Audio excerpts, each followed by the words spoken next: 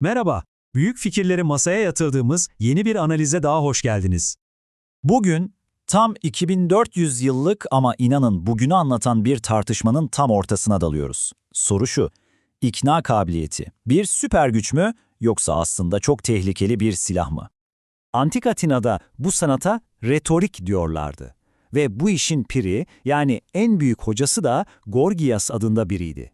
Ama Gorgias'ın bu fikirleri çok geçmeden felsefenin dev ismi Sokrates'in radarına girecekti. Hadi gelin bu devlerin kapışmasına bir bakalım. Bu felsefi boks maçını diyelim 3 round üzerinden inceleyeceğiz. İlk roundda Sokrates, işin ustası Gorgias'ın karşısına dikiliyor ve soruyor. Bu retorik dediğin şey tam olarak ne? Gorgias'ın cevabı net hatta biraz kibirli. Diyor ki, benim sanatım yani retorik nihai güçtür. Öyle bir güç ki mahkemede yargıçları bile ikna edersin. Bu güçle doktoru köleni, bankacıyı da veznedarını yaparsın. Parayı senin için toplar çünkü kalabalıkları ikna eden sensin.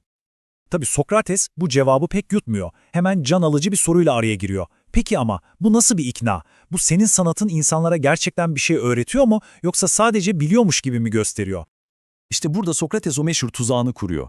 Gorgias'ı öyle bir sıkıştırıyor ki Gorgias şunu kabul etmek zorunda kalıyor. Retorik aslında gerçeği öğretmez. Sadece inanç yaratır. Hem de kimde? Bilmeyenlerde. Yani cahil kitlelerde. Yani iyi bir konuşmacı hiçbir şey bilmese bile konunun uzmanından daha bilgili görünebilir. Gorgias bu noktada evet doğru diyor ve tam o anda Sokrates tuzağı kapatıyor. Peki diyor Sokrates, bir hatip genelde adalet, doğruluk gibi konulardan bahsetmez mi? Eder. O zaman iyi bir hatibin adil olması, adaleti bilmesi gerekmez mi? Gerekir.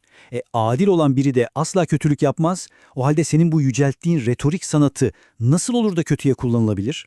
İşte bu soruyla Gorgias kendi sözlerinin çelişkisinde boğuluyor, resmen mat oluyor. Ve ikinci round. Gorgias köşeye sıkışınca onun genç ve hırslı öğrencisi Polos ringe atlıyor. Polos'un tanımlarla falan işi yok. O doğrudan konunun kalbine inmek, yani asıl ödülden, güçten bahsetmek istiyor. Polos'a göre güç dediğin şey çok basit. Canının istediğini yapabilmek. Tıpkı bir tiran gibi. İstediğini öldür, istediğini sürgüne yolla, malına mülküne el koy. İşte güç bu. Ama Sokrates'in cevabı yine çok farklı. Diyor ki, eğer bir tiran aklını ve bilgeliğini kullanmadan hareket ederse, yaptığı her şey eninde sonunda dönüp dolaşıp kendine zarar verir. Kendine zarar veren bir insan nasıl gerçekten güçlü olabilir ki? Ve tam bu noktada Sokrates, Batı felsefesinin belki de en sarsıcı, en radikal laflarından birini ediyor. Diyor ki, size bir şey söyleyeyim mi? Haksızlık yapmak, haksızlığa uğramaktan çok daha büyük bir kötülüktür. Polos tabii şokta. Bu ne saçmalık diye bağırıyor. Haksızlığa uğramak nasıl daha iyi olabilir ki? Haklı bir soru aslında değil mi? Bu nasıl doğru olabilir? Sokrates'in açıklaması gerçekten dahice. Diyor ki, bak Polos, bir insanın en önemli şeyi ruhudur.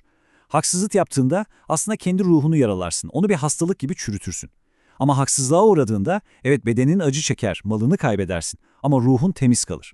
Şimdi düşün, hasta bir bedeni neyle iyileştiririz? İlaçla. İşte hasta bir ruhun ilacı da adalettir, yani cezadır. Ceza canını yakar, evet ama ruhunu temizler, onu iyileştirir. Bu yüzden asıl acınacak halde olan suç işleyip yakalanmayan kişidir. Çünkü onun ruhu sonsuza dek hasta kalır. Ve işte geldik üçüncü ve son raunda. Bu seferki rakip çok daha sert, çok daha acımasız, Kalikles.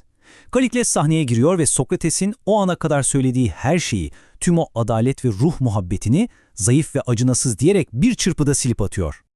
Kalikles'e göre felsefe dediğin gençken güzel bir oyuncaktır ama fazlası insanı mahveder. Sokrates'e dönüp sen diyor ölmesi yaşamalarından daha iyi olacak kölelerin davasını güdüyorsun. Yani diyor ki Sokrates'in bu ahlak anlayışı zayıf halk yığınlarının doğuştan güçlü ve üstün olanları dizginlemek için uydurduğu bir köle ahlakıdır. Resmen bir komplo. İşte bu nokta tartışmanın kilitlendiği yer.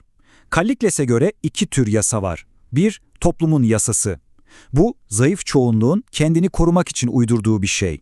Eşitlik iyidir, adalet önemlidir falan filan. Ama bir de asıl yasa var, doğa yasası. Yani orman kanunu.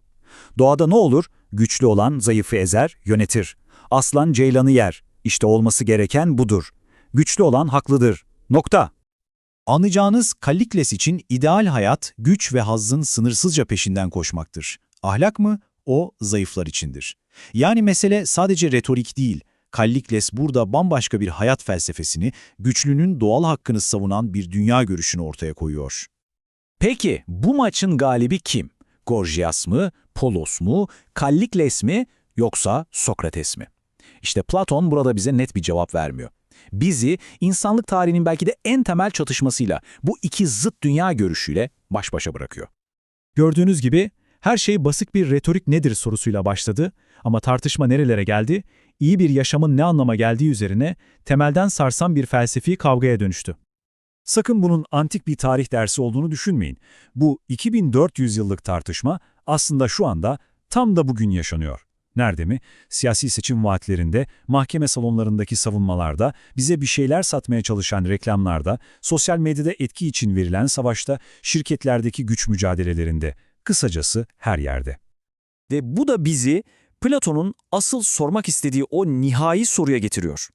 Aslında bu soruyu bize, yani size soruyor. Seçim şansınız olsa güçlü olmayı mı tercih ederdiniz yoksa iyi olmayı mı? Güce sahip olmak mı yoksa iyi bir insan olmak mı daha önemli? İşte bu sorunun cevabı sizin kim olduğunuzu belirliyor.